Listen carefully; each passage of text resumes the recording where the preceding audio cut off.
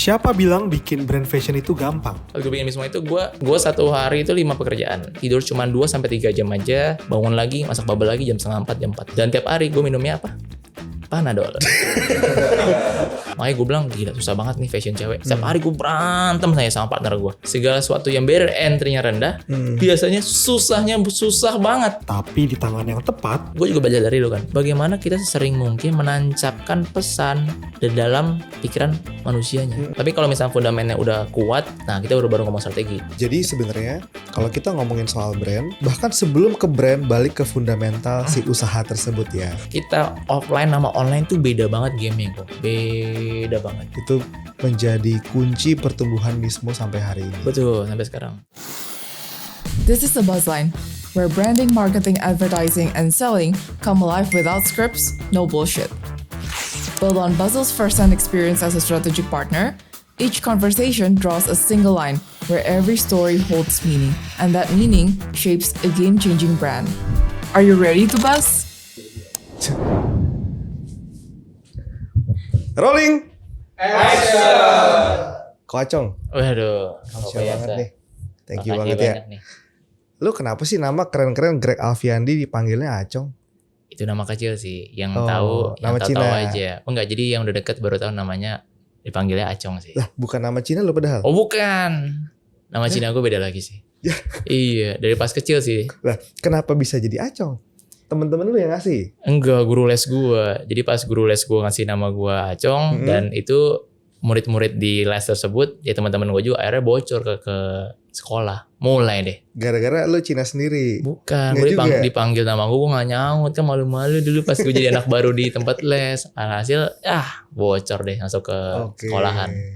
Gue pengen nanya Cong, Gimana nih? ceritanya lu pertama kali bisa membangun Mismo ini gimana sih Cong?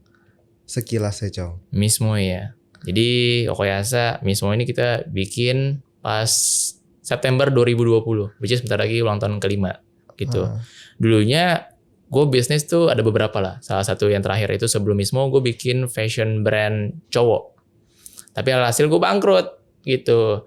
Gue ngerasa bahwa wah ternyata tuh fashion cowok susah lah.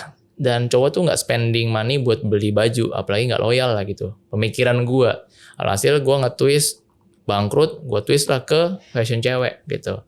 Dan waktu itu pas-pasan juga partner gue, istri gue yang sekarang ya, dan selamanya. Istri gue, terus ada partner gue, teman kecil gue, pas lagi kosong juga. Alhasil kita bikin Mismo ini gitu. Tapi ternyata di luar dugaan fashion cewek lebih susah dibandingkan fashion cowok.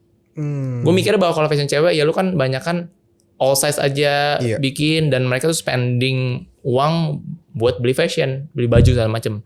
Tapi ternyata wah susahnya jauh lebih susah fashion cewek menurut gue. Dan sekarang kan sebenarnya Mismo juga masuk lagi ke cowok juga ya Ko Acong ya? Betul. Dulu sebenarnya dengan brandnya bukan Mismo, namanya beda lagi. Betul, namanya adalah Ionu. Oh. I on you. Oh. Tapi pas waktu itu ya nggak paham lah ya bagaimana soal haki dan lain-lain. Alhasil pas kita dapat uang, kita cek di haki, ternyata udah ada. Waduh. Kita mikirin gimana ya, apakah tetap stay? Kita kontak juga tuh lawyernya dan lain-lain, nggak dibales. Kontak yang ada di hakinya tuh namanya, siapa penanggung jawab, lawyernya nggak dibales. Dibanding nunggu gede abis itu kena visum atau kena apa namanya? Somasi. Kena somasi, visum. Kena somasi, wah. Visum mah digebukin. Iya lagi. Biar fokus aja. Iya. Dibanding kena somasi, ya udahlah kita mendingan dari pas kecil kita ganti deh namanya Mismo. Oh, nah kalau nggak salah kan lu sempat cerita nama Mismo juga sebenarnya sempat kena masalah haki ya. Bener.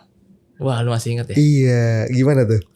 Nggak lama ya kita ubah dari Ionu I on you tersebut ganti Mismo. Nggak lama kita dapat surat dari brand Massimo Dutti. Wah, gede banget nih, gede banget. Kan Mismo, Massimo. Akhirnya dikontak sama lawyer kita, ini sifatnya boleh ditanggapi atau tidak gitu. Singkat cerita tidak ditanggapi, dan pas sidang akhirnya kita menang ternyata. Aman-aman aja. Aman-aman aja ternyata. Akhirnya si Massimo Dutti lu beli tuh brandnya? Oh bukan, enggak. Oh bukan, enggak. Kirain gue langsung lu beli tuh Massimo Dutti. Enggak, gue beli sepenuhnya, gue beli setengah. Iya. Enggak. Nah Itu akhirnya ceritanya. boleh akhirnya lu melanjutkan nama si Mismonya. Iya. Kalau nggak jadi ganti lagi tuh brandnya ya. Gue ganti. Serem sih. Oke. Serem sih. Apalagi kan dia nunggu. Pinter banget. Dia tuh nunggu lu gede. Punya duit kayaknya udah gede omsetnya. Baru somasi. Kalau kecil dia gak mau lah. Kita gak punya duit. Iya. Gitu. Oke. Gue mau nanya gini Cong. Kenapa lu bisa tertarik ke fashion sebenarnya? Apakah yang memang latar belakang lu? Yang lu merasa lu passionate di industri ini? Atau dari Sherin? Atau dari partner lu satu lagi? Apa sih yang bikin lu tertarik dengan industri ini? Yang lu juga tahu industri ini adalah industri yang berdarah-darah ya Koacong ya? Iya lagi. Banyak yang nanya ini ke gue juga. Tapi jawaban gue satu, gue gak riset pertama. Jadi soal industri seperti apa gue enggak.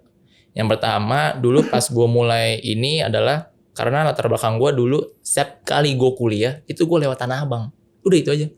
Lewat Tanah Abang orang pada belanja ya gue pelajarin pelan-pelan. Oh ini dapat duitnya begini ya. Karena backgroundnya gue bukan seorang entrepreneur, keluarga gue juga bukan orang fashion juga, bukan usaha juga. Tapi setiap kali gue ke kampus gue liat Tanah Abang sambil gue belajar. Oh begini ya, oh jualan begini. Gue coba produksi, gue coba ambil barang reseller orang sampai gue pelajarin semuanya begitu. Lalu sampailah gue sekarang ya jadi awal-awalnya ya coba-coba aja. Dan makin lama ya gue ngerasa bahwa fashion ini adalah bisnis yang barrier entry-nya cukup rendah. Iya, itu dia. Dan kalau misalkan diputar balik dan sampai saat ini gue sadari bahwa segala sesuatu yang barrier entry-nya rendah biasanya susahnya susah banget. Betul. Tetapi baik lagi gue harus bilang gue ada momentum juga sih. Covid gue. Gue brand-brand Covid. Tapi gue bisa bilang memang lu secara personal memang ada tesnya juga sih Koacong. Secara di fashion ya. Betul. Dari penampilan, dari outfit memang ngerti lah. Betul. Ada apa ya? Betul. Ada nature-nya. Betul. Ada ke situ ya. Karena kan nggak semua orang yang bisa memperbaiki dirinya lah penampilannya sebenarnya. Benar. Emang dari dulu gue juga emang suka lihat cowok ganteng ya. Cowok ganteng gue lihat kok bisa ganteng ya. Padahal dari segi badannya nggak gimana. Iya. Mukanya juga biasa aja. Tapi benar-benar enak aja dilihat. Iya. Wah gila. Lu kalau tampil rapi pun karisma bisa tumbuh loh. Aura tuh bisa. Iya. Tanpa lu ngomong, tanpa dia tahu label lu sebagai apa. Karir lu gimana, tapi lihat lu penampilan lu oke, orang juga segan sama lu. Nah, itu dia. Iya. Salah satu yang gua anut deh. By the way guys, teman-teman ada yang tahu gak Koacong ini kan backgroundnya bukan entrepreneur. Ada yang tahu gak backgroundnya Koacong ini apa? Dari penampilan kira-kira orang kayak gini backgroundnya apa? Iya, content creator. Bukan, baru belakangan Koacong content creator. Iya. Koacong ini bukan. Kan dokter. Kalau Koacong dokter kita Surat merah emang bro. kita kagak ada yang mau ke rumah sakit, bercanda mulu nanti. Iya. Koacong ini backgroundnya adalah pemain futsal, pro, Oh, iya. Atlet. Nggak pro lah gue. tarkam Gua tapi tarkam level tinggi. Nah. Tarkam level tinggi. Plus sempat jadi guru olahraga ya Koacong ya. Betul. Gila. Jadi gue pas 2000 sebelum gue pas gue bikin Mismo. Pas gue bikin Mismo itu gue masih ngajar. gue satu hari itu 5 pekerjaan. Satu. Jadi pagi-pagi itu gue masak bubble, sempet lah gue. Masak apa? Koacong? Bubble, gue jual susu guys. Gue jual susu milkshake. Oh, masak bubble boba. Iya, Boba, iya. Boba. Iya. Itu gue mikir bahwa masak boba itu segampang itu. Ternyata Kokoyasa itu kalau nggak aduk dia nempel di wajan dan lo harus aduk mulu. Wah gila lamanya. Biar itu bisa ciwi. Tapiokanya itu ya. Betul. Kalau nggak tuh dalamnya masih keras. Keras dari kayak makan gundu. Nggak pernah makan gundu juga. Iya. Begitulah. Habis itu gue prepare. Lo tau nggak motor abang-abang paket yang kanan kirinya ada tempat paket itu. Tahu. Nah itu isinya gue Boba. itu guys, boba sama susu. Jadi gue ambil dari Tapos, kirim pakai Grab dari Tapos, jadi fresh milk. Fresh milk, gue taruh sana di kantong-kantongin. Oke, dulu waktu itu gue ada 3 cabang. Taruh sana di motor gue itu bubble sama topping-topping lah ya, topping-topping. Habis itu gue ke tempat es balok kan. Jadi gue OTW tuh ya, prepare. Gue kalau di jalan tuh ini gue basah mulu. Esnya nempel di badan gue belakang, taruh es gitu, tumpuk gitu. Kalau naik motor Dragon, tau Dragon nggak lu? Tahu. Dragon. Iya. Widih. Gitu. Habis itu gue nungguin nih jam 7.15 anak-anak masuk sekolah. Nah mereka masuk, gue baru antar ke kantin biar nggak tahu anak-anak itu kalau wah ternyata gurunya yang jualan. Lu guru di situ, Gue jualan juga. dagang juga di situ. Iya itu gue. Jadi kalau kasih nilai bagus harus beli dagangan lu dulu. Enggak. Enggak juga sih. Enggak gitu. Kalau beli satu masih kurang, kalau beli 2 baru. Iya. Nah, habis itu pas udah masuk, gua antar tuh naik ke lantai 2 kan kantinnya lantai 2. Antar-antar ke 3 cabang, baru gua ngajar 7:30, 7:45 gua ngajar sekitar 2 jam lebih selesai karena gua guru honorer, ngajar-ngajar anak-anak untuk olahraga yang swimming, senam-senam gitulah, kelas 1 kelas 2 gitu. 2 jam gua kerja, habis itu gua OTW Tanah Abang. Tanah Abang gue liat nih, gue jadi reseller orang kan, custom gitu, kaos, polos, mau custom apa, nama siapa, Ypres, dia DTF-an gitu, Polyflag ya, Polyflag itu 1-2 biji sambil gue liatin, oh begini ya caranya kerjanya, beli barang, kalau lagi dapat orderan custom dari, gue pernah dapat juga tuh, orderan dari Astra, topi-topian segala macam di situ gue, jadi sekali ambil banyak gitu ya. Gue taruh tuh di motor gue, OTW gue ke kampus. Jadi temenan gue semua pas di kampus itu teman-teman gue satpam. Soalnya gue sering nitip barang. Kalau gue bawa ke kelas kan berat ya, terus dicengin orang juga. Jadi temenannya gue satpam, Pak jagain ya Pak. Bapak jangan pulang dulu, kan dikunci di posnya. Iya. Kasih duit ke bapaknya, traktir makan bapaknya, Pak makasih dijagain gitu. Barang gue. Habis itu masuk ke kampus, belajar lah jadi mahasiswa, kelar jam 3, jam 4-an gitu gue turun ke bawah latihan sebagai atlet 4 jam. Buset. Karena gue beasiswa Pokari Sweat itu. 4 jam, terus gue pulang, packing orderan di Tanah Abang tadi. Oke, kirim-kirim ekspedisi, baru gue lanjutin finance dari penjualan gue yang pagi-pagi jualan fresh milk. Kayak gitu, rutinitasnya tidur cuma 2-3 jam aja, bangun lagi, masak bubble lagi jam 3:30, jam 4. Gila. Every day. Gila. Dan tiap hari gue minumnya apa? Panadol. Tiap hari gue minum Panadol. Separah itu. Karena kagak kuat gue. Karena sakit kepala. Kurang tidur kok. Wah gila itu. Itu gila banget sih. Ini bercanda apa serius? Oh, beneran. Semua teman gue tau lah. Gue pasti stok namanya Panadol. Pasti gue stok. Gila. Pasti gue stok Panadol. Itu. Pantes lo gak konslet ya Ko Acong ya. Agak kebanyakan dikit. Panadol. Agak dikit. Gila. Itu lu jalanin sampai berapa lama Ko Acong? Di titik mana lu mulai yakin si brand Mismo ini bisa besar dan lu meninggalkan jadi guru, jualan bubble, custom. Gue ada target omset sih waktu itu. Pas gue ada target omset berapa juta, akhirnya gue memutuskan untuk kayak gue gak bisa lagi deh. Nge-switchingnya capek sih. Nge-switchingnya gak fokus gue kan. Pagi-pagi gue harus olahraga bareng anak-anak gitu, olahraga. Capek gak? Gak capek. Happy gue ngajar anak-anak. Cuma pas pulang lumayan drain juga gue ya. Dan harus mikirin soal strategik apa-apa. Gak bisa sih gue. Akhirnya gue bilang undur diri. Dan cukup berat juga pas gue undur diri. Saya nangis juga gue pas di sekolah gitu. Gue bilang ini suatu hal yang gue senangi juga. Gue ngajar ketemu anak-anak dan lingkungannya juga baik juga.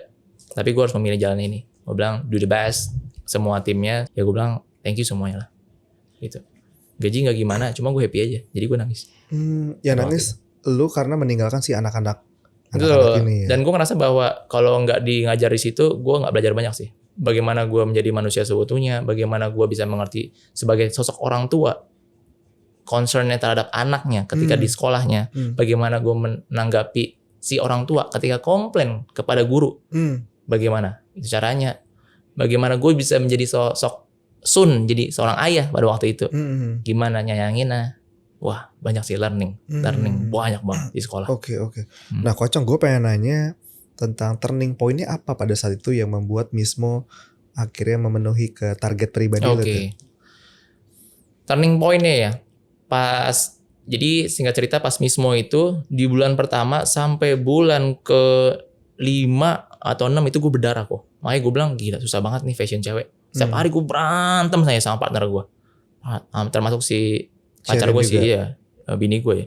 Oh berantem mulu, kok loss mulu yang iklan kok jadinya nggak jadi apa-apa gitu, loss mulu, neraca minus mulu, sampai pusing, sampai gue bilang guys, kalau kalian nanti ada kesempatan mau kerja as a professional, kayak silakan deh, silakan. Nanti gue tetap stay di sini, kan kalau misal untung ya gue kan bagi kalian sebagai dividen. Cuma kalau misal kalian nggak di sini kan gue nggak bayar kalian as a cost-nya, as gajinya gue nggak bayar. Jadi kita reduce cost-nya, nanti kita bagi dividen. Tapi kata partner gue enggak, gue tetap stay di sini. Wih, Dua-duanya. betul. Oke. Gue bilang. Dan nggak lama, bulan kemudian yaitu bulan Februari itu pertama kali cuan. Pertama kali cuan kenapa? Nah ini turning point ya. Dapat produk market fit sih pada waktu itu. Di fashion. Boom, wah gila. Langsung terbang. Nah waktu itu yang lu lakukan apa Koacong? Lu ngiklan, endorse ke KOL, konten lu ada yang meledak, organiknya, atau apa ya waktu itu bisa bikin si produk ini laku? Oke. Yang pertama gue riset dulu. Testing produk.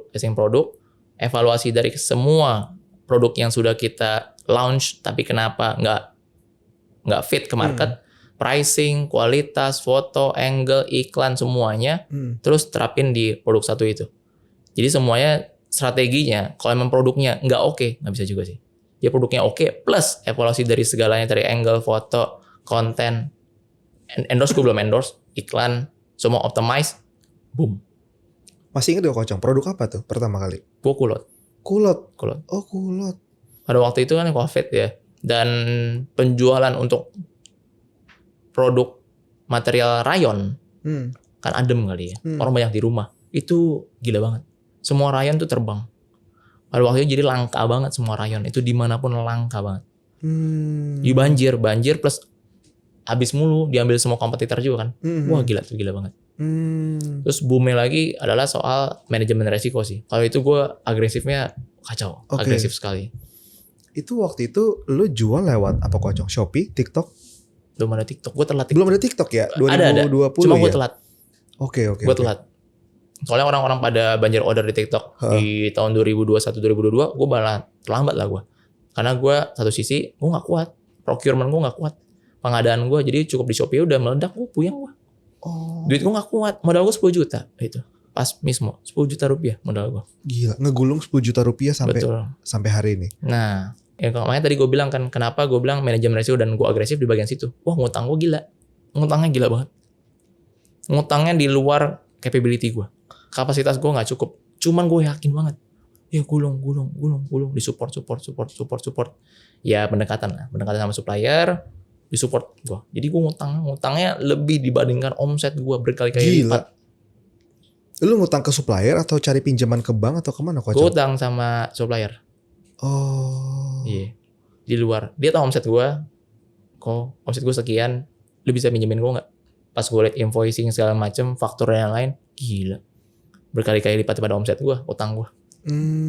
Gila. Tapi meledaknya langsung. Gila. Kok apa yang bisa bikin si supplier mau memberikan lo pinjaman sebesar itu Koacong? Gue nggak tahu pasti karena dia yang fail. Cuman dari gue pribadi, pertama integritas nomor 1. Jadi gue bilang ke partner juga, even lu nggak punya duit, even lu belum turun duitnya dari Shopee, sebelum lu ditagih, lu ngomong duluan. Kalau lu nyampe ditagih duluan, baru lu bilang lu belum punya duit, hati-hati. Lu bisa-bisa nggak di-respect sama orang. Jadi sebelum ditagih gue bilang duluan, kok duit saya belum cair, ada buktinya. Kan dia tahu juga gue ngapa-ngapain. Emang gue pure kerja buat ini gitu. Ketika duit cair, gue kasih transfer lah. Either kalau misalkan tagihannya 10 juta, lu baru turun 5 juta, transfer 5 juta sebelum ditagih ya. Kalau dia nyampe nagih duluan, something bro. Lu bakalan dites itu. Lu punya integritas bakal dites ya. Jadi manusia sih. Wow. Itu gue bilang, akhirnya trust. Nggak cuma satu loh, supplier gue banyak. Ngasih semua ke gue. Gila. Gak punya duit gue. Ketemu orangnya, ya tampil apa adanya, gak bohong. Gue bilang gak punya duit, tapi gue kerjanya bakalan gila nih kok. Bakalan gila, lu mau support gue gak? Mau semua. Ya makasih banyak lah semuanya. Gila sih. Itu jadi benar-benar kekuatan integrity, jaga nama baik. Berkomunikasi yang baik, jangan sampai ditagih utang duluan, tapi kita yang inisiatif. Itu menjadi kunci pertumbuhan Mismo sampai hari ini. Betul, sampai sekarang. Oke. Nah, gue ngelihat juga Mismo itu punya secara brand itu ada soul-nya, Koacong. Betul. Dan pas kemarin belum lama ketemu sama Sherin. Iya. Dan gue jadi ngelihat oh ini kayaknya artis behind-nya nih. Betul. Sherin ini adalah istrinya Koacong. Yang ternyata dia yang take care sama produknya ya. Betul. Yang punya tes ke produknya, padahal bukan background fashion design ya Koacong ya. Arsitek. Oke. Nah, gue pengen tahu gimana pembagian lu dengan 2 partner. Kan lu bertiga, lu satu lagi partner dari teman SMA ya. Teman kecil dari umur 6 mungkin. Umur 6 tahun. Tetangga. Oke, sama lagi Sherin. Yes. Gue pengen tahu dinamika bertiga ini gimana Koacong. Pembagiannya juga apa aja. Terus gimana cara lu bisa mungkin stay netral ya, karena kan satu adalah istri lu, satu adalah temen baik lu dari kecil gitu kan. Pasti kan ada kepentingan, ada preferensi masing-masing yang mungkin bisa aja mempengaruhi pengambilan keputusan itu berbeda. Betul sangat. Gimana Koacong? Balik lagi ke role dulu ya. Sherin itu artis. Kalau misalkan jadi ada artis manager sama si driver ya. Iya betul. Ya kan? Sherin itu artis, product development, taste about the brand itu beliau handlingnya. Jadi fokus in product development, improvement itu beliau. Dia emang kuat di bagian sana. Defense kalau partner gue manager itu maintain operation finance. Dia yang defending, jangan terlalu agresif, bahaya, cash flow dia. Operation yang dia tegas sekali dalam arti semua timnya, kalau operation kan beda ya, cara manage-nya harus lebih keras karena ya harus begitu lah ya. Saklek banget tuh, nggak boleh miss dan lain. Itu timnya beliau. Yang kerja capek-capekan fisik itu dia oke banget. Dia excellent lah, bagus lah. Kalau gue bagian driver, emang tugasnya ngegas marketing, sales, sama managing people yang untuk naik level up ya, gue tuh. Jadi gue banyak people development untuk level up ya, bukannya maintaining. Kalau maintaining tim chip under gue, soalnya dia handle people juga. Jadi bawah dia tuh finance, operation, HR beliau. Ada lagi timnya tapi ya, cuma dia yang managing aja. Kalau untuk mau accelerate ke gue, jadi managing people untuk naik level itu ke gue. Sales, marketing ke gue. Oke. Nah pembagian ini udah lu sepakatin dari awal pertama kali membangun brand. Nah, ini juga beruntung juga. Emang kita semuanya suka di bagian itu. Dan kita saling gak suka pekerjaan satu sama lain. Jadi gue gak suka pekerjaan partner gue. Dan partner gue juga gak suka pekerjaan gue. Iya. Gak suka. Gak suka dia. Gak suka semua. Tapi mereka suka sama kerjaan dia sendiri. Wah, jadi gue gak pernah konflik gimana-gimana. Enggak sih. Gitu. Oke. Gue gak suka kerjaan lu. Ya gak apa-apa. Oke. Nah, gue pengen nanya soal brand itu Kocong. Itu kan pasti akan ada fasenya. Gue ngeliat perjalanan brand tuh ada sampai satu titik misalnya dari 0 sampai 50 juta naik cepet.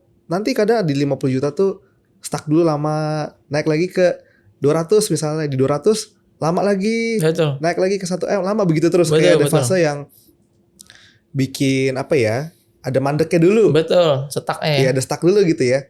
Gue pengen tahu di fase stuck mana Mismo pernah alamin yang menurut lu berat banget. Gila kok kita stuck terus di sini ya.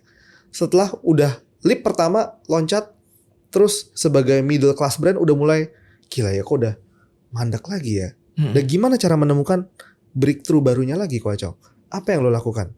Kalau soal stuck ini gue harus akui bahwa itu memang benar adanya. Tapi caranya ya salah satunya kuatin fundamental dari si bisnisnya sih. Ini gue gak ngomong brandnya dulu, tapi soal strukturnya juga penting sih. People behind-nya, terus soal sistemnya bagaimana. Jadi ketika misalnya kita bergantung pada semua sama people, stuck itu akan terus terjadi terus menerus gitu. Tapi kalau misalnya fundamentnya udah kuat, nah kita baru ngomong strategi. Nah kalau ngomong strategi, ada bisa pakai NPD, new product development, terus bisa memperbaiki soal visualnya, bisa brand communication-nya, bisa soal endorsement-nya, marketing-nya, itu bisa kita improve. Cuma strategi itu without yang tadi gue bilang soal fundament itu nggak bisa sih. Gue harus akui itu keropos sih. Lu jago nyerang cuma defense-nya nggak bisa, bobol juga. Contohnya omset sekian dari misalkan dari koko bilang dari 0 ke 50, 50, 100 ke 1M, 1M ke berapa M. Itu kan harus kuat juga tim operationnya, back endnya harus siap juga. Karena ketika misal omsetnya terbang tapi operationnya nggak kuat, pasti komplainnya jatuh semua tuh. Komplain banyak bintang satunya, itu semuanya. Yang gue alami apa? Itu yang gue alami. Jadi pas gue omset sampai sekian, itu setiap kali ada bintang 3 gue chat, gue call. Gila. Bro, kenapa kasih itulah? Singkatnya ya, ini pakai bahasa friendly aja. Bro, kenapa dikasih bintang 3? Karena jujur kami sudah mengirimkan ini dengan sepenuh hati. Gitu. Singkatnya begitu. Iya, kepencet. Jadi banyak banget fase yang lucu-lucu. Ternyata dia kepencet. Bukan dari hati dia mau ngasih bintang 3. Tapi karena kepencet. Maaf ya kak, karena ini kepencet anak saya. Iya kak, saya mau ngasih bintang 5. Tapi saya kenapa bintang 3? Akhirnya semuanya diganti. Dan pada waktu itu kan emang sampai saat ini juga masih bisa ganti bintang kan. 2 kali kalau nggak salah. Sekali bisa diganti. Jadi di call terus. Bintang 5-nya tinggi. Itu dia. Terbang. Tetapi kalau tugasnya nyerang mulu, tidak diiringi dengan tadi operation dan kawan-kawan excellent juga, bobol pasti. Tim lu managing people gimana, SVP-nya gimana, kontrol yang gimana, bobol. Berat ngomong strategi kalau misalkan bawahnya nggak kuat, HR-nya kuat nggak, finance-nya kuat nggak, operation-nya kuat nggak. Jadi sebenarnya kalau kita ngomongin soal brand, bahkan sebelum ke brand, balik ke fundamental si usaha tersebut ya. Di balik layarnya kuat atau enggak, basicnya kuat atau enggak, baru kita bisa scale ke brandnya. Nah, Kocong, gue pengen tanya soal arah brand Mismo sendiri. Lo melihat Mismo itu sebagai brand fashion yang seperti apa sih? Apakah ini adalah lu ngarahnya gua adalah opsi lebih murahnya Zara, atau gua adalah lokalnya Uniqlo, atau arahnya lebih kemana? Lu melihat Mismo ini secara brand benchmarknya tuh mau kayak gimana sih arahan taste-nya itu? Oke. Kalau Mismo sendiri kita kan namanya Mismo Group ya. Itu lifestyle brand lifestyle brand group sana. Kalau Mismo sendiri kita emang bold banget soal office wear sih. Soal office wear. Mismo man-nya ya gentleman juga, cowok-cowok urban begitu ya. Tampilannya clean, masculine juga, rapi, smart casual, itulah Mismo dan Mismo man-nya. Oke. Kan kita juga ada brand same level, itu girly, feminim, dan di sana dress gitu. Jadi kalau sarcasm ya parfum sarkas dia. Berarti kalau Mismo men mungkin sebenarnya lebih ke Zara mungkin ya. Zara, H&M. Kalau brand luarnya, bisa bilang mereka sih. Kita jadi ada benchmark sendiri untuk lokal brand bahkan. Oke. Lokal brandnya kita ada sendiri. Jadi kita nggak lihat yang luar kayak Zara kan luar ya, Europe ya. Oke. Kita nggak sana sih. Tapi juga kayaknya nggak se-fast fashion itu ya? Nggak segitu. Nggak se-fast fashion itu ya? Nggak se-fast fashion itu. Emang nggak sih. Berarti mungkin kalau gue boleh sebut teman sejawat kita di dunia brand, mungkin apakah ke Heimel? Bukan. Nggak ke Heimel ya? Bukan. Atau ke ini Dan Blank? Bukan. Siapa tuh Kocong? Yang Delami Group lah. Delami. Oh, eksekutif. Yes. Siapa Saya lagi ya, salah satu penggemar mereka lah. Eksekutif ya. Saya sebagai user sekarang kan branding ya. Dulu kan nggak kayak sekarang. Iya loh. Gue ngelihat eksekutif Kocong dulu kayaknya formal banget ya. Kayak bener-bener baju cowok kantoran banget, kemeja. Sekarang tuh eksekutif lebih tone down ya, lebih casualnya juga lebih banyak ya kalau gue perhatikan ya. Dia kayak mengikuti zaman kali ya. Iya. Branding dari sampai visual experience bener. Dan campaign digitalnya juga berubah. Betul. Dari zaman kita kecil ya. Betul. Tiba-tiba jadi keren banget sekarang collab-nya sama ini ya. Mengikuti lah ya. Kalau eksekutif itu ada cewek juga ya Kocong ya? Ada. Eksekutif ada cewek ya? Ada. Oh. Yang grupnya banyak. Apalagi sih Delami selain Etcetera. Oh, Etcetera. Terus Wood. Oh, Wood. Iya, Wood. Tira Jeans. Colorbox. Oh, Colorbox. Terus gue denger sih Delami setelah kehadiran Mismo Group ini market share-nya hilang 90% sih kan. Enggak 90, 99. Oh iya.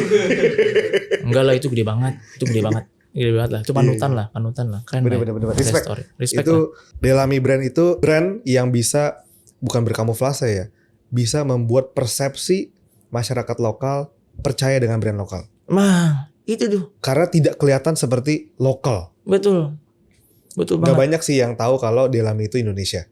Oh iya. Iya, eksekutif tuh dilihat tuh sebagai, teman-teman gue tuh menganggap eksekutif tuh brand luar gitu. Oh.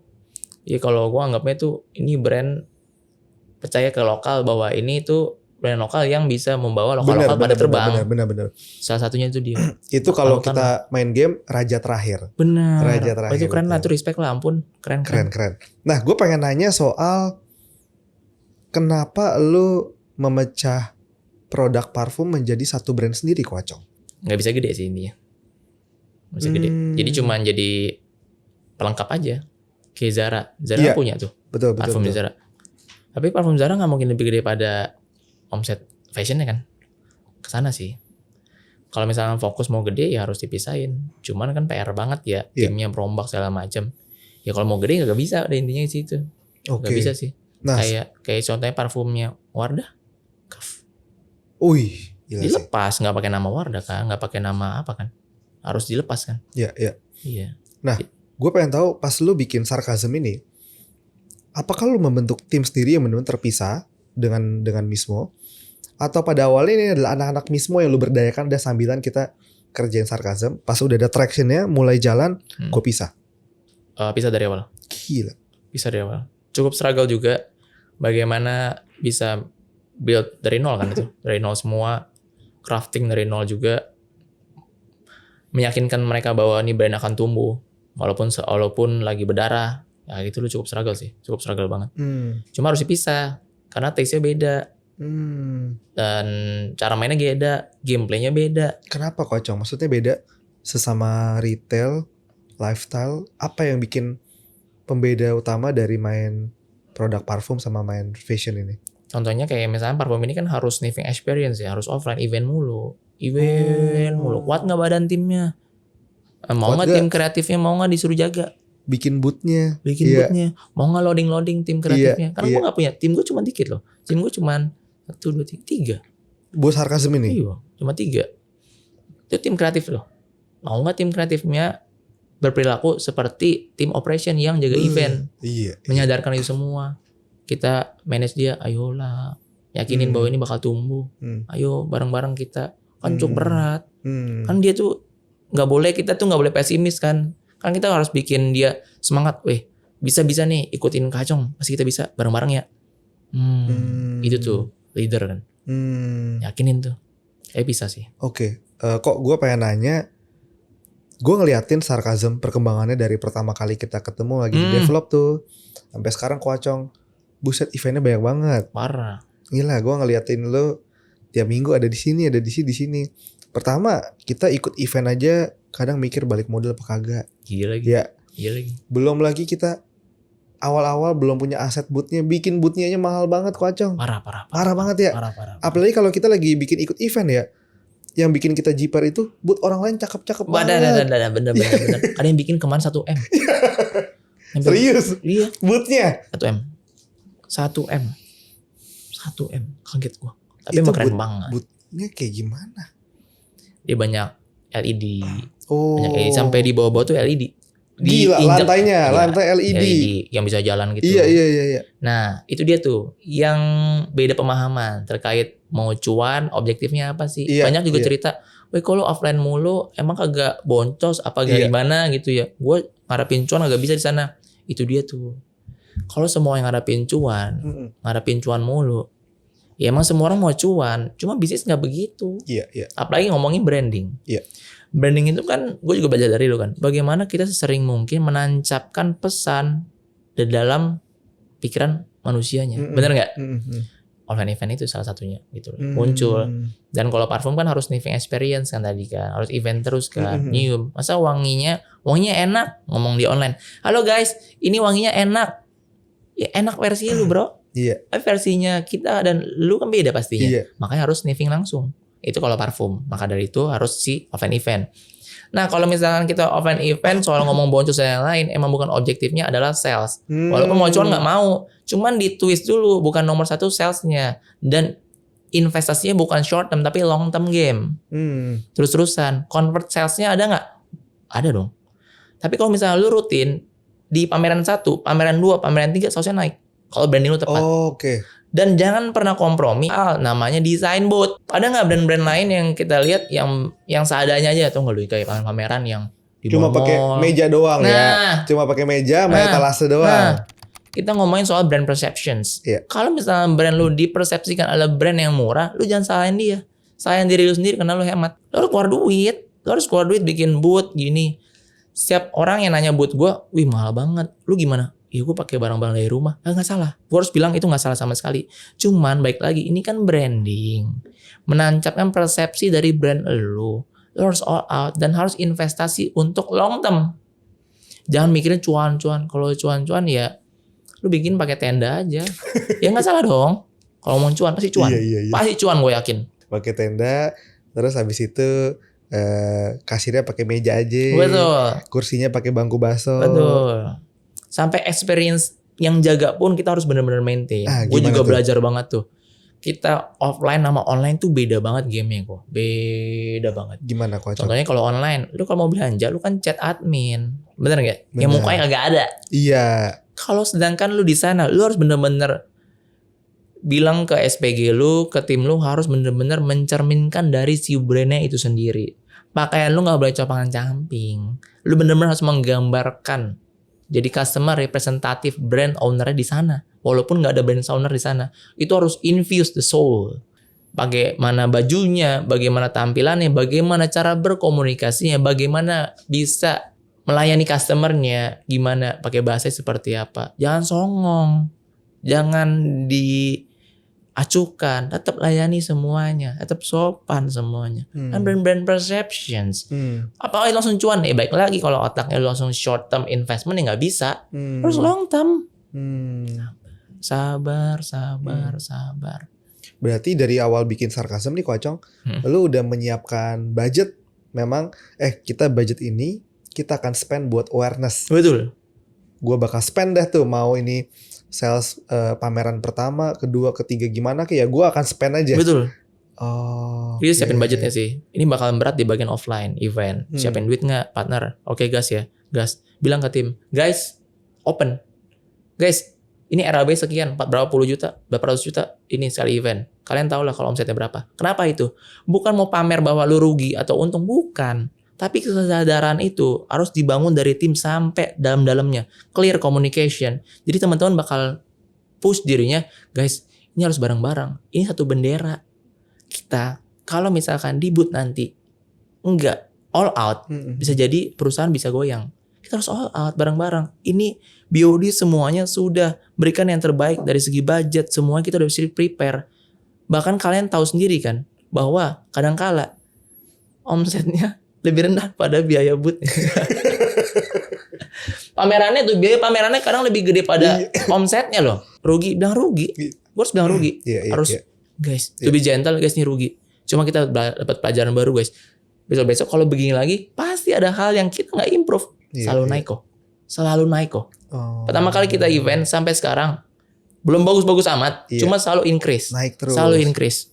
That's it. Iya. Itu sering terjadi di kota-kota besar tuh ya. Waduh. Karena kalau kita perhatikan nih Kocong, pasti kita kan sering datang ke bazar-bazar kekinian nih, bazar-bazar anak-anak gaul Jakarta. Iya. Kadang ya kita datang ke sana, brand-brandnya itu nih, ini experience gue pribadi. Datang ke sana, gila, ini brand tuh kalau kita lihat di online, ibaratnya kalau kita bukain kalau data atau data pinter, sebenarnya omsetnya kagak ada di online. Tapi untuk event itu niatnya naujubillah. Keren ya. Gila. Keren ya. Bener-bener niatnya tuh ya totalitas lah. Betul. Padahal mungkin di online dia belum ada apa-apanya. Betul. Tapi buat event itu bener-bener setotalitas itu. Betul. Gitu. Dan bahkan akhirnya banyak brand-brand di online yang sebenarnya mah omsetnya gede Kocong. Oke. Tapi nggak bisa masuk ke bazar terkenal. Ngalamin nggak tuh Kocong? Ngalamin banget gua. Banyak brand online sebenarnya mah omset gede. Iya. Apalagi teman-teman kita yang anak immerse gitu. Buset, gede banget kan. Parah. Cuma kadang kesulitan untuk masuk ke dalam bazar-bazar yang besar. Karena si bazar besar itu tidak hanya ngelihat omset sebenarnya. Bukan dia mengkurasi lo itu bukan dari data pintar. Bukan kalau data nih. Omset lo berapa boleh masuk ke bazar gue, tapi lihat konsep. Betul. Dan itu yang gue rasa dari sekian banyak brand yang gue temuin Kocong, lo dan Mismo itu seimbang Kocong. Antara dua itu. Oke. Antara konsep ada, tapi juga emang bisa jualan. Betul. Kan ada yang jago jualan, tapi konsepnya kurang. Betul. Ada yang konsep bagus banget, tapi jualannya kurang. Betul. Nah, lu bisa menyeimbangkan itu semua. Setuju sih ini. Banyak sih kok itu, bener. Nah, gue pengen mulai masuk lagi ke sini Kocong. Kan tadi lu bilang Mismo Group ini kedepannya adalah ekosistem atau grup dari brand lifestyle. Ya. Apalagi rencana NPD lu yang bakal lu pecah nanti ke dalam sebuah brand-brand baru ini? Secara nggak bisa bilang sekarang, cuma sekarang fokus aja sih. Antara jadi Mismo Man, Same Level, Dress, sama Sarcasm, fokus aja. Nah, gue penasaran deh, kenapa yang Dress harus dipisah? Kan Dress sebenarnya lu bisa masukin ke Mismo dong harusnya. Itu dia kesalahan gue. Serius? Itu kesalahan gue. Maksudnya harusnya gabung aja? Harus bisa. Harus pisah. Kenapa? Tadi gue bilang kan, kita bahas soal tadi fundamental bisnis kan. Itu fundamental brand. Itu clear dari awal. Jangan asal coba hantam. Akhirnya brandnya nggak bold. Akhirnya harus rebranding. Itu PR banget. Dan harusnya dari awal langsung clear, nggak boleh digabungin. Dress ya dress. Dan segmen marketnya harus di clear dari awal. Segmen marketnya, gendernya, umurnya, behaviornya, sukanya apa, suka yang short sleeve, long sleeve, dress dan lain-lain harus. Jadi bold di satu niche aja. Jangan digabungin. Kalau misalnya emang maunya targetnya yang bisa semuanya, ya boleh-boleh aja. Cuma saya tidak memilih game yang sana. Saya nggak milih sana. Kalau gitu pertanyaannya kenapa, karena biar niche banget nih Kocong, kenapa lu nggak pecah aja antara Mismo Man sama yang cewek? Dua brand terpisah misalnya. Oke. Pertimbangannya apa? Kenapa jadi brand unisex? Oke. Yang pertama, awal-awal emang nggak pengen bikin Mismo Man beneran. Jadi cuman jadi pelengkap awalnya. Oke. Dan ternyata secara kita riset itu banyak banget cowok-cowok itu dibeliin sama ceweknya. Iya. Termasuk kita laki-laki, apalagi kita suami-suami. Sering banget kita belanja itu spendingnya kita nggak ke clothing, nggak ke diri kita. Iya. Paling kita belinya apa sih, gadget, otomotif, beda hobi kan. Nah jadi salah satu hal kenapa digabungin adalah itu sih. Tapi kalau mau gede banget harusnya pisah. Kalau Sarcasm sebenarnya lebih ke cowok cewek Kocong? Unisex tapi lean to maskulin. Oh lebih ke maskulin ya? Oke. Karena sih masih imbang-imbang, cuman secara persentase lebih banyak cowok sih yang beli. Cewek juga banyak, tapi lebih banyak cowok. Oke. Nah Kocong, gue pengen nanya 5 tahun perjalanan lu sebagai brand founder. Ya. Lu merasa apa regret atau mistake yang paling besar yang pernah lu ambil selama lu membangun brand? Banyak lagi. Cuma nggak perlu disesali karena jadi banyak puzzle yang bikin gue semakin kuat sih. Banyak banget. Mau bahas dari mana dulu nih? Yang paling sakit Kocong? Paling sakit nggak fokus. Satu aja seharusnya. Ini semua aja. Tuh, ini jadi maksudnya harusnya satu brand aja. Satu aja. Sampai kapan pun harus satunya aja. Satu aja. Jadi harusnya. Maksudnya Mismo aja. Nggak perlu ada Sarcasm. Nggak perlu. Tapi sekarang saya tidak anggap itu suatu penyesalan. Jadi saya anggap itu suatu hal pembelajaran sih. Jadinya kita buat general-general. Malah bikin lapangan kerja lebih banyak. Itu. Tapi kalau gimana tuh? Maksudnya lu jadi satu brand lu kasih satu brand manager. Betul. Nanti pelan-pelan begitu semuanya. Lapangan kerjanya lebih banyak, teman-teman lebih happy juga. Ya kita sebagai manusia jadi happy juga. Itu sih. Apalagi selain gagal fokus Kocong? People management, fundamental business. Cuma makin lama tuh yang gue nganggap itu suatu penyesalan. Karena Kocong, sekarang jadi strong banget. Bukannya people lu kayaknya lu people person banget ya? People person. Cuman gue people personnya makin lama makin keren sekarang. Gimana? Waduh. Gimana tuh? Coba gue terapin ini ilmu gue yang sekarang ke gue yang dulu. Gue terbangnya jauh lebih gila.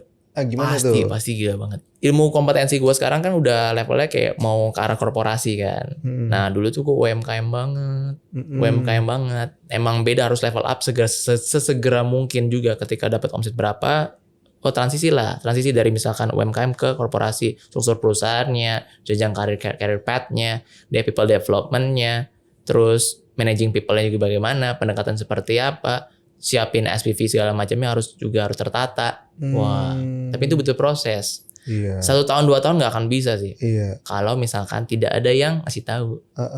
Nah sekarang gue udah makin paham lah gitu. Tapi Soal kan itu kalau kita mau terapin waktu itu juga nggak bisa. kagak ada budgetnya juga, nggak ada knowledge-nya juga. Nggak bisa juga. Iya. Ya, emang ada waktunya lah ya. Kocong, ini menuju ke akhir sesi nih. Oke.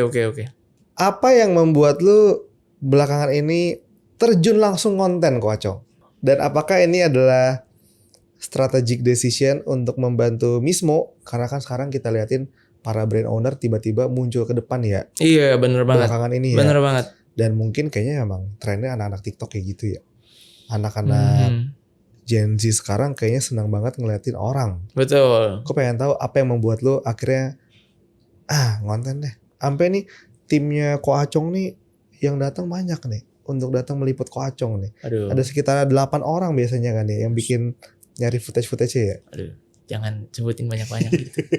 Objektifnya ya, tujuannya ya, kenapanya juga ya. Kenapanya pertama emang gue pribadi bukan orang introvert. Dan gue sadar bahwa, gue sadari, bukannya gue narsis ya, tapi gue sadari gue banyak banget value yang bisa gue share. Gue kira lu mau ngomong gini, gue sadari emang gue sebenarnya ganteng. Bukan. Oh iya. Bukan iya. kan kalau itu orang tahu. Iya. Bukan itu guys. Karena gue sadar aja sih, sadar kayaknya banyak banget orang-orang tuh yang akan dapetin something kalau misalnya gue konten. Iya pasti banget. Gitu. Jadi segala sesuatu yang gue kontenin itu kagak gimmick. Emang gue kayak gitu. Gue emang kayak gitu. Dan gue ngomong ke tim juga seperti itu. Dan ilmu-ilmu yang gue share di konten juga itu gue terapin di kantor. Dan di kantor gue juga tuangin di konten. Dan satu hal juga yang gue kenapa konten, yang gue sadari bahwa ketika kita terus mempraktekkan terus menerus, ya itu semakin bold. Kan belajar ketika lu ngajar. Nah gitu. Kadang-kala begini juga, orang mikir dia jago, tapi lu nggak bisa ngajarin, lu nggak bisa jelasin something bro. Something, lu bisa nulis, lu bisa bacot, cuma lu nggak bisa nulis. Nah aneh juga. Lu bisa nulis, cuma lu nggak bisa bacot. Aduh, something juga. Ketika lu bisa clear soal komunikasi lu, writing lu bagus, public speaking lu bagus, wah bener berarti lu emang legit bro. Nah kalau misalnya ngomong soal Mismo-nya, harus gue bilang ada lah. Mau kita gedein lewat ada sosoknya sih. Kayak gue. Oke. Trust brand. Tapi emang lu cocok sih Kocong untuk ya? mewakilkan brand fashion. Kocong, Yo. mungkin sebagai pertanyaan penutup nih. Yuk. Karena kita ini kan podcastnya ini spontan. Nah kita podcastnya ini kan unscripted. Iya. Jadi gue pengen menutup dengan satu pertanyaan buat anak bola. Seru nih Kocong nih. Aduh. Coba kasih gue 11 all time favorite player lu dengan formasi apa dan pelatihnya siapa? Yang ini boleh nggak ditanyain nggak sih yang ini? Karena nggak boleh Kocong. Aduh. Harus ditanya ini Kocong. Jujur, saya nggak ngikutin bola. Lah, lu gimana? Kan lu pemain profesional. Bukan itu. Itu kan futsal. Oke. Iya. Kalau bola, terus tau gak lu kalau main PS kan lead overallnya doang, tau gak lu yang jagonya di mana? Oh attacknya nih, berarti depannya Shevchenko. Iya. Oh iya gitu. Padahal gue gak tahu Shevchenko udah kayak kiri kanannya, gue gak tahu. Messi berarti kayak kiri, berarti sebelah kanan. Ya tau lah kalau Messi kan kiri mulu kan. Iya. Depannya Ronaldinho. Tapi kalau ngomong chemistry kan kalau lo ngomongin top 11 ya, top itu lu kan lu tahu nih, woi chemistry dapat nih belakangnya Campbell, woi tengahnya Bergkamp. Nggak tahu gue di chemistry gimana. Pemain yang disebut pemain zamannya Winning Eleven ya. Iya. Zaman Winning Eleven nih. Winning Eleven banget ya, gue anak PS1 bro. Jadi lu anak bola yang kagak ngikutin bola. Serius? Sumpah. Jadi lu nggak nonton bola? Kagak. Bercanda apa enggak? Beneran gue. Kok bisa sih? Kan lu anak bola banget. Jago banget asli. Jadi Ko Acong ini SMA-nya tuh guys namanya Pelita. Pelita itu kalau ikut cup di sekolah-sekolah nih, kalau ada Pelita kita mending mundur aja. Udah pasti menang. Anaknya anak-anak timnas semua ya. Enggak lah, belum timnas lah itu. Enggak timnas lah. Belum timnas tuh Pelita. SMA mah enggak lah. Jadi lu nggak tahu nih pemain bola yang Kagak itu. tahu gue. Oh iya. Gue harus bilang nih kagak tahu gue. Oke. Enggak, gue yang kagak fanatik gitu loh. Oke. Jadi lu Banyakan juga kerja gue. kagak ngikutin klub bola juga nggak ngikutin. Agak beneran kagak, gue kagak punya fanatik. Wih, gue suka ini. Kagak. Gue suka orang. Gue suka orang. Gue suka Messi. Oke. Gue suka Messi udah. By the way, Ko Acong ini guys, lu pas lagi main futsal, tau gak pelatihnya apa? Coach Justin. Beneran Ko Acong ya? Lu Sempet pernah lah, dilatih sempet sama lah. Coach Justin ya? Secara langsung terus menerus enggak. Gue sama Coach Venat Huta Barat. Oke. Tapi Coach Justin ada beberapa kali datang gitu. Dan dulunya Coach Venat itu juga dilatih dengan Coach Justin. Gitu juga. Jadi sosok fenomenal tersebut ya kita tahu semua lah gitu. Keren. Ini Top waktu lah. di tim apa Ko Acong? Di Perbanas. Pas gue beasiswa Pocari Sweat. Oh lu kuliah Perbanas itu? Betul. Timnas semua rata-rata. Gila. Timnas, Liga Pro. Jadi latihannya agak beda sih. Jadi Latihannya lu 4 jam. masuk Perbanas karena beasiswa futsal? Ya, Pocari Sweat. Buset. Jadi pas dulu pas gue SMA itu gue ikut competition Pocari Sweat namanya Pocari Sweat Futsal Championship. Pelita itu juara 1 Jakarta. Habis itu goes to National Championship juara 3 se-Indonesia. Habis itu ada Scott Talent ya namanya. Yeah, Scott. Ya Scott lah itu. Habis itu dapat dipilih. Yang dari seleksi. Pelita cuma lu doang? Berdua sama kiper. Sama teman gue. Gila. Iya. Begitu deh ceritanya. Jadi di Perbanas tuh lu seleksi lagi. kuliah? Seleksi lagi, dibacain lolos. Siswa gratis. Oke. Gitu ceritanya. Oke, kalau gitu gue ubah pertanyaannya. Boleh. Bukannya starting 11. Gue kasih gue top 3 brand founder yang lu sangat kagumi banget. Ya lu sangat belajar banget. Gue berharap brand gue bisa dibikin kayak beliau gitu. Ini brand founder nggak only fashion boleh? Boleh, bebas, terserah lu Ko Acong. Yang menurut lu, gue seneng cara dia ngebangun brandnya. Oke. Pertama, boleh sebut nama boleh ya? Boleh dong. Oke, yang pertama Koko Herbit. Ko Herbit. Koko Herbit, sukses Corp, banyak banget di managing sama beliau. Excellent, nggak pelit ilmu. Nah semuanya nggak pelit ilmu ya. Iya. Yang kedua, Ko Andrew Susanto, Oke. PGI. Pusat Gadai. Iya. Yang ketiga nggak ada top 1, 2, 3 nggak ada ya, sama Iya, aja sebenarnya ya, iya, sama iya, aja iya, ya. iya. Tiga Koko Hendra Selfie Time. Selfie time. Selfie time tuh Foto box. market leader. Oh, oke. Ya, sudah lagi Bapak teman saya Muhammad Hadi. Brighty. Iya. Wah, Semuanya Brighty. baik-baik banget sih Iya, sama iya. Koko Yasa juga. Bohong Koko Yasa juga. Bohong. Weh, beneran dong. Jangan. Koko nih brandingnya banyak banget yang gue belajar dari lu juga sih. Banyak bohong. banget sih.